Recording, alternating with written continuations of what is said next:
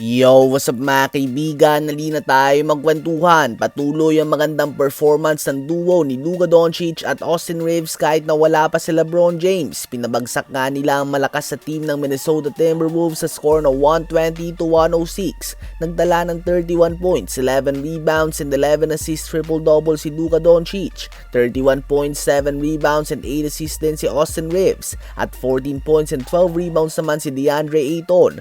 Habang ito na yata ang one of the worst games si Anthony Edwards. 14 points pa din naman ito, subalit 2 of 15 lamang siya sa field at 1 of 10 naman sa 3-point line. Ang Lakers ay may 6 ng panalo sa huling 7 laro nila. 10 wins and 2 losses na din ang record nila sa mga games naglalaro si Luka at Reeves at namamahinga si LeBron. Subalit ang biggest news nga dito ay number 4 na sila sa West at half game behind na lamang sa number 3 seed Houston Rockets. Napakatinding puso naman ang pinakita ng Chicago Bulls at winersa pa nila ang overtime sa naging tapatan nila ng Golden State Warriors. Kahit 7 player nga ng Warriors ang gumawa ng double-digit scoring ay nagawa pa din ng Bulls na makuha ang panalo sa game na ito sa score na 130-124. Nanguna ang young duo ni Matas Buzelis at Josh Giddey. Nagdala nga si Buzelis ng 41 points and 6 rebounds on 16 of 28 shooting sa field.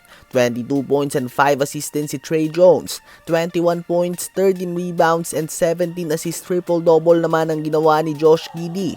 17 points, 11 rebounds si Leonard Miller at 12 points, 12 rebounds din si Jalen Smith.